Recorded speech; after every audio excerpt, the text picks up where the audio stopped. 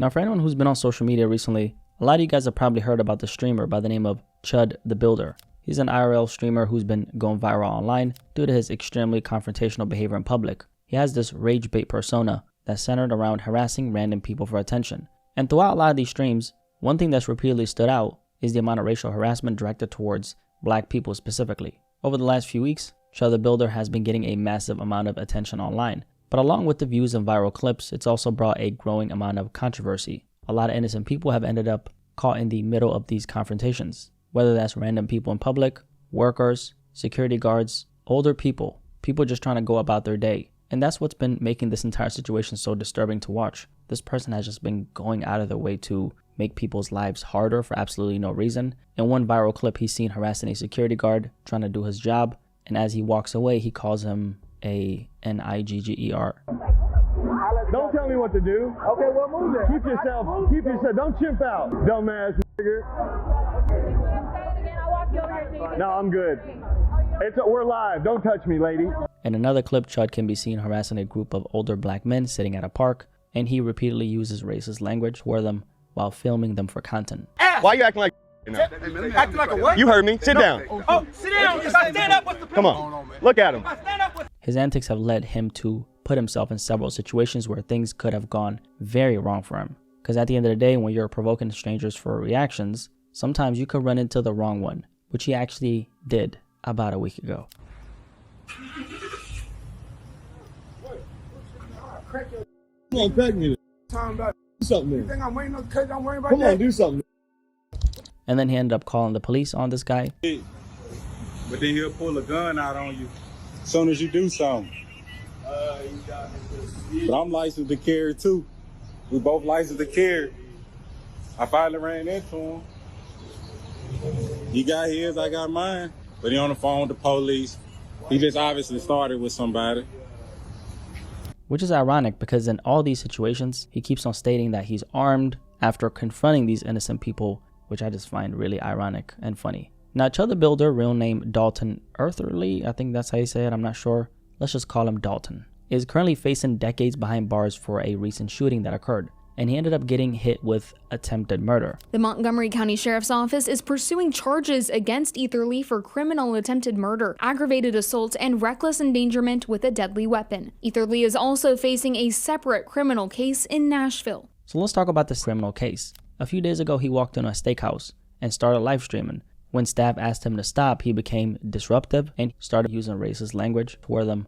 Hey, Bob's Steakhouse. They'll take care of it. Oh, no, we're not paying shit. You're not paying? I go get the food. Y'all are kidding. And then when they tried to remove him, he said, "I'm not paying if you're kicking me out," and refused to pay his $371 bill. He got charged with disorderly conduct and theft of services. Now, eventually, things would take an even darker turn, and this is when we get to the shooting. A few days ago, Chud The Builder ended up involved in a shooting outside a courthouse in Clarksville, Tennessee. According to authorities, there was allegedly some type of confrontation between him and another man outside the Montgomery County Courthouse. And according to investigators, that confrontation eventually escalated into gunfire. Both Chud, Dalton, and the other man ended up suffering gunshot wounds during the incident before being transported to nearby hospitals in stable condition. Now, at the time of me recording this video, authorities still haven't publicly identified the second man involved in the shooting, but I'm sure he was a black man because that's what he likes to do, right? And investigators also haven't publicly released every detail surrounding exactly what led up to the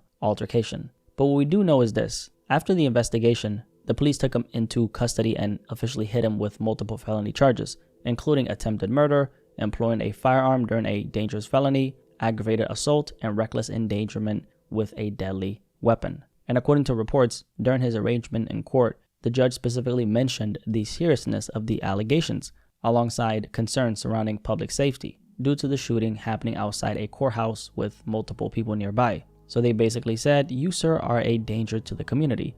You're charged in count 1 of criminal homicide, 39-13-201. That's an A felony.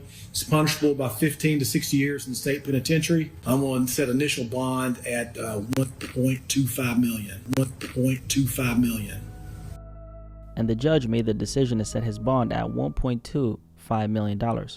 Now, things are really bad for Chud because here's the thing. Aside from the fact that he's facing multiple felony charges tied to this shooting outside the courthouse, which of course included attempted criminal homicide, and the judge describing it as an A felony, which by the way carries a possible sentence of anywhere between 15 to 60 years in prison. But that wasn't the only thing that stood out during the hearing, because prosecutors also revealed that Chud was already apparently out on bond in multiple other cases at the time of this incident allegedly happening. One of them was the restaurant situation, and then he also had a hearing the same day of the shooting over a case that involved a $3,000 debt allegedly owed to a credit card company. And according to court records, it is a civil case, and it was filed in February on behalf of a company called Midland Credit Management. There's an old saying that if you go looking for trouble long enough, eventually trouble is going to find you, and that's basically what happened here. I'm just kind of surprised that someone like this manages to build an actual platform and have some type of name. I don't know what kind of people follow this person. I mean, it's just really weird and crazy to me. Now, what's really interesting about this entire situation is a lot of the stuff that Chud had been saying leading up to this particular situation. Chud had already posted multiple social media posts online that are now surfacing online. In one post on Twitter, he wrote, "Series finale is dead chimp on a pavement, and you monkeys riding when I walk free. Stay tuned." So his thing is he calls innocent black people, he's harassing chimps, among many other things. And then in another post, Dalton allegedly wrote, "I will defend my life with lethal force. Do not approach me with intent to threaten bodily harm." Now, to be clear, investigators have not publicly connected these tweets directly to the courthouse shooting itself or said the incident was premeditated. These posts were part of a series of social media tirades Chud had been going on following his virality online over the last few weeks. But naturally, because of everything that ended up happening afterward, a lot of people online are now looking back at these statements very differently, especially considering the fact that one of the earlier posts referenced a dead chimp on a pavement while using racist language. Honestly, I have absolutely no idea how somebody like this even managed to make it this far in the first place. Like, it says a lot about the world. You get what I'm saying? But at the same time, I do think this situation says something bigger about parts of internet culture right now, because social media algorithms today will often keep rewarding whatever gets the strongest emotional reaction out of people. So whether that's anger, conflict, humiliation, outrage, chaos, and the more extreme somebody is, the more attention they often end up getting online. Which is why over time you start seeing certain people slowly turn themselves into characters built entirely around negativity and confrontation. Chud the Builder is basically an agent of chaos. That's probably the simplest way to describe his entire online presence. A person constantly moving from confrontation to confrontation, provoking strangers, humiliating random people publicly, and feeding off of all these negative reactions online. And honestly, I think it's pretty sad when somebody has so much hate and hostility in them that they dedicate their entire existence to antagonizing other human beings. I feel like the world already has enough division as it is. People already don't trust each other enough. There's already so much tension online that gets pushed, enough anger, enough conflict between groups of people. And then here comes this person whose entire platform seems to be built around making those divisions even worse for attention and virality. And honestly, that's part of the reason why this content is so dangerous, because this kind of behavior keeps racism and hostility constantly circulating at the forefront of social media and the world in general. And a lot of people don't realize just how profitable that division has become online. The more angry people are, the more they argue, the more they react emotionally, the more engagement gets generated. There's always going to be somebody making money off of that cycle, which honestly isn't that different from certain creators online who constantly pit men and women against each other. I'm sure you guys know who some of those characters are, because they know conflict keeps people emotionally invested and addicted to the content. So it's kind of like a way to keep the audience in constant pain so you can then profit off of that pain.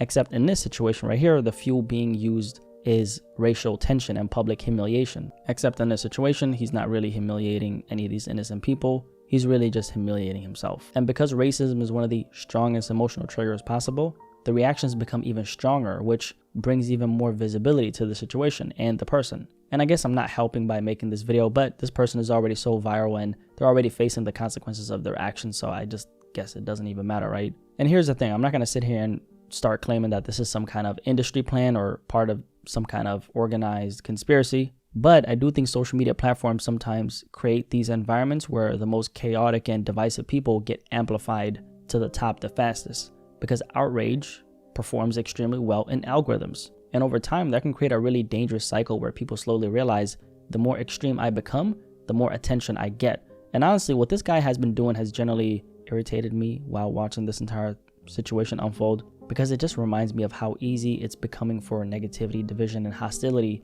to turn into entertainment online, especially at the expense of innocent people. Like, at a certain point, people stop even seeing other human beings like other human beings. Everything just becomes content, clips, engagement, viral moments. How can I be a nuisance to the world and use these people as props to my buffoonery? Meanwhile, the people being harassed are actual human beings trying to live their lives. Security guards trying to do their jobs.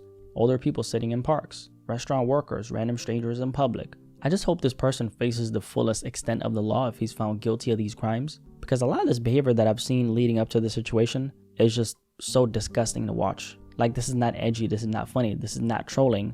This is just hateful, hostile, and honestly incredibly degenerate behavior. And at the same time, I'm glad to see that a lot of people are kind of coming together and speaking out against it instead of trying to normalize it. Because if we start acting like this type of behavior is normal entertainment, then social media as a whole just keeps drifting further into toxicity. And one thing I've also kind of seen online is this debate about who exactly are these people supporting somebody like this. And naturally, a lot of people are going to assume it's probably a bunch of racist white folks supporting him. Now, personally, I don't even know what his actual audience demographics even look like, but honestly, I don't even think that matters, because regardless of who supports this kind of content, what it ultimately comes back to is negativity, hate, division, and people finding entertainment in the humiliation of other human beings. I think most normal people, including like all white people, apart from probably a very small demographic, can look at a situation like this and recognize that there's something deeply unhealthy about building an audience around constantly degrading and antagonizing strangers for clout.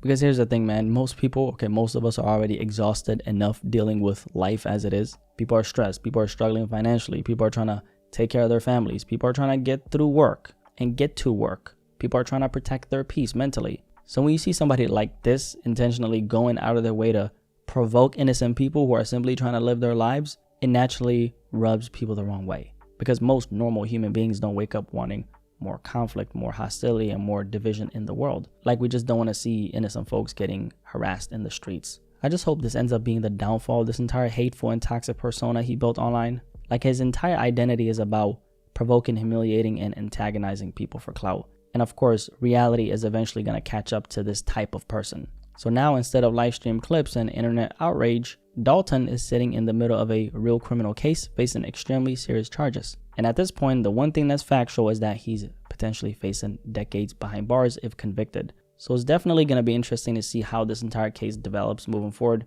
If you made it this far, drop a like on this video and subscribe if you're new here. And y'all let me know in the comment section below what you think about this weirdo. Anyway, I'll catch you guys in the next video. Peace.